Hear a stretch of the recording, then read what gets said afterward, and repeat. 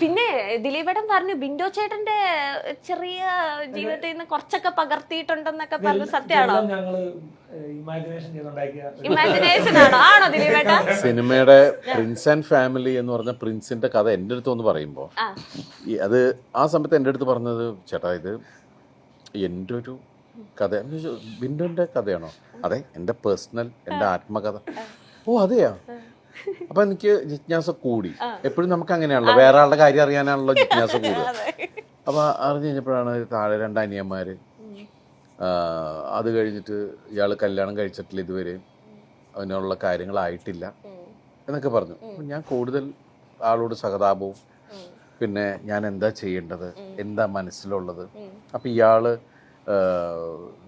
മറ്റേ ഒരു എന്താ പറയണത്, സാരി, പെൺകുട്ടികളെ സാരി ഡ്രൈപ്പിംഗ് ഇത് ചെയ്യുന്ന ഒരാളാണ്. ഇയാൾക്കൊരു ബ്യൂട്ടിക് ഇതുണ്ട്. അങ്ങനെയൊക്കെയുള്ള കാര്യങ്ങളൊക്കെ എല്ലാം പുള്ളിയിട്ട് കണക്റ്റഡ് ആയിട്ടാണ് പുള്ളി പറയുമ്പോൾ ഞാൻ അതിൽ അത്ര ഇൻവോൾവ് ആയിട്ട് ഞാൻ എന്താ ചെയ്യണ്ടേ, ഞാൻ എങ്ങനെ ചെയ്യണം എന്ന് ചോദിക്കണം. അതിൻ്റെ ഇടയ്ക്ക് ഷൂട്ടിങ്ങിൻ്റെ ഇടയ്ക്ക് അനിയന്മാരെ കൊണ്ടൊന്ന് പരിചയപ്പെടുത്തി. അവർക്ക് ഈ കഥ അറിയുമെന്ന് എനിക്കറിഞ്ഞൂടാ, പക്ഷെ ഞാനത് അറിഞ്ഞു വിട്ടു വെച്ചില്ല. കാരണം അവർക്ക് പണി കൊടുത്തോണ്ടാണ് ഇത് പുള്ളി ചെയ്തുകൊണ്ടിരിക്കണേന്ന് അവരറിയാൻ പാടില്ലല്ലോ എന്നൊക്കെ വിചാരിച്ചിട്ട് ഞാൻ അത് കേട്ടത്.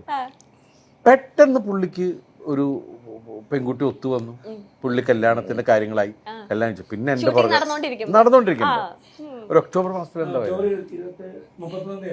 37 31 27 30 കൂടി കൂട്ടി എൻഗേജ്. ഓക്കെ.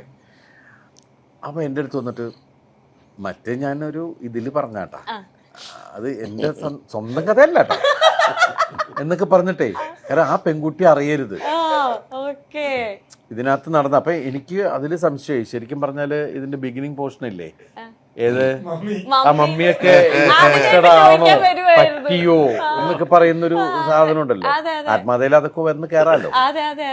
അങ്ങനെ ശരിക്കും ഉണ്ടായിട്ടുണ്ടോ? സത്യം പറ, ഇനി പറഞ്ഞോ, കുഴപ്പമില്ല. ഇല്ലെങ്കിൽ ഞാൻ സമ്മതിക്കില്ല. കല്യാണം കഴിച്ചു 3 പ്രദേശം എന്നുള്ളത് കറക്റ്റാണ്. പിന്നെ ഞാനാണ് ലാസ്റ്റ് കല്യാണം കഴിച്ചത്.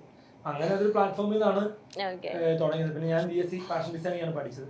അപ്പൊ ഇയാൾക്ക് ജോലി ഫാഷൻ ഡിസൈൻ പൊട്ടിക്ക് അങ്ങനെ ഇത് കണക്ട് ചെയ്ത് ഉണ്ടാക്കിയതാണ്.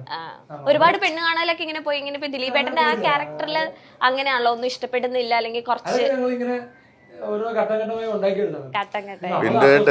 പെണ്ണ് കിട്ടൂല, അതാണ് സത്യാവസ്ഥ.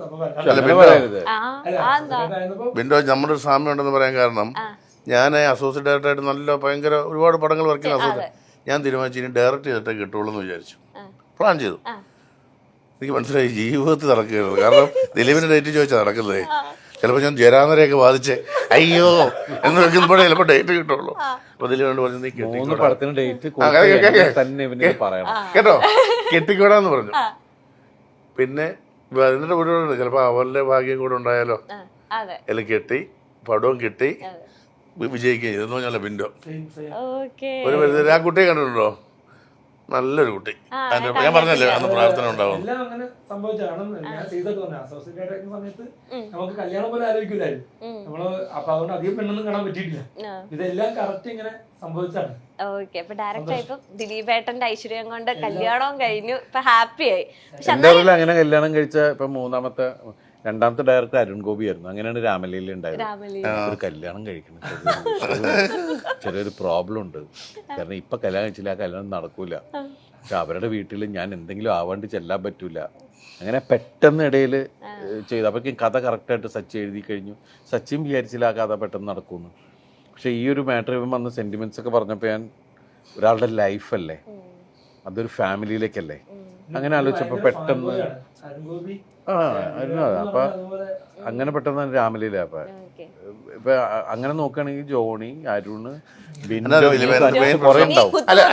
സത്യം പറയാം, ഈ അസോസിയേറ്റ് ആയിട്ട് പറഞ്ഞ ഈ പെണ്ണിന്റെ അപ്പന്മാർക്ക് അറിയത്തില്ല എന്താ സംഭവം എന്നറിയില്ല.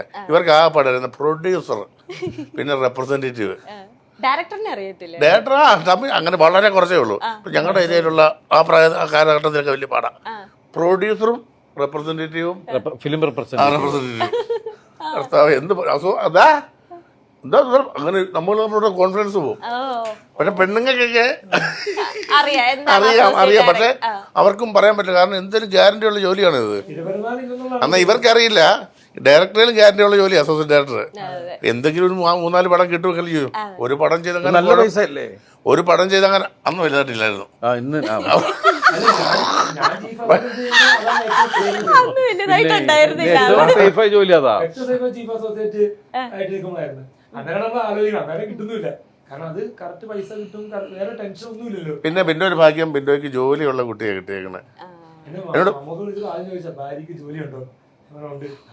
ഡയറക്ടർമാരെ ഭാര്യക്ക് ജോലി നിർബന്ധമായിട്ടും വേണം. എന്നോട് കേട്ടോ ദിലീപേ, നമ്മൾ കല്യാണം പറയുമ്പോൾ എന്നോട് ലാൽ ജോസ് എപ്പോഴും പറയും, നീ ജോലിയുള്ള ഒരു പെൺകുട്ടിയെ കെട്ടണം. കാരണം ലാൽ ടീച്ചറിന്റെ മോളെ ടീച്ചറെ കിട്ടിയത്.